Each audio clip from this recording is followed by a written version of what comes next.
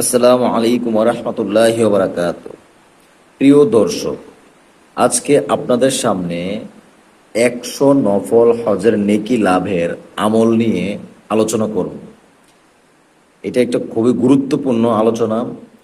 ইনশাআল্লাহ আমরা চেষ্টা করব ভিডিওটি শেষ পর্যন্ত দেখতে।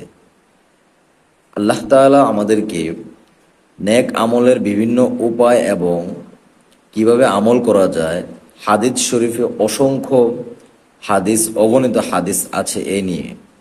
তার মাঝখানে মেশকাত আহমদ এবং নাসাই শরীফের একটি হাদিস আজকে আপনাদের সামনে আলোচনা করব। শুধু ছোট্ট একটি আমলই কিভাবে 100 নফল হজের নেকি লাভ করতে পারবেন। 100 নফল হজের নেকি লাভের আমল। রাসূলুল্লাহ সাল্লাল্লাহু আলাইহি ওয়াসাল্লাম ফরমান, যে ব্যক্তি সকালে 100 বার ও সন্ধ্যায় 100 বার সুবহানাল্লাহ পাঠ করবে, আল্লাহ তাআলা তাকে 100 নফল হজের সওয়াব দান করবে। এটা হচ্ছে মেশকাত শরীফ, আহমদ ও নাসাই শরীফের হাদিস।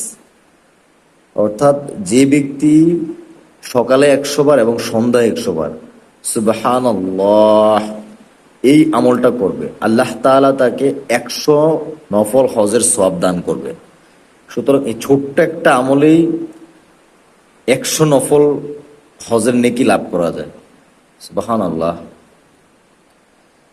এখানে আরেকটু কি বলেছেন দেখুন, সেটা হচ্ছে, আর আল্লাহু আকবার বলার ধারা আসমান ও জমিনের মধ্যবর্তী স্থানকে নূর দ্বারা ভরপুর করে দেওয়া হয় এবং বেশি বেশি করে পড়ার ধারা ঈমান তাজা হয়। অর্থাৎ দেখুন, আল্লাহু আকবার যদি বলেন আপনি, তাইলে আসমান ও জমিনের মধ্যবর্তী যে স্থান আছে সেটা নূর ধারা ভরপুর করে দেওয়া হয়। সুবহানাল্লাহ। এবং বেশি বেশি করে পড়ার দ্বারা ঈমান তাজা হয়। সুতরাং দেখুন, এখানে ছোট্ট দুইটা আমল শুধু। একটা হচ্ছে সুবহানাল্লাহ, যদি আপনি সকালে 100 বার এবং সন্ধ্যায় 100 বার পাঠ করেন, আর আল্লাহু আকবার যদি বলেন, তাহলে কতটুকু আমল এবং কতটুকু সওয়াব তা আপনারা দেখতেই পেলেন।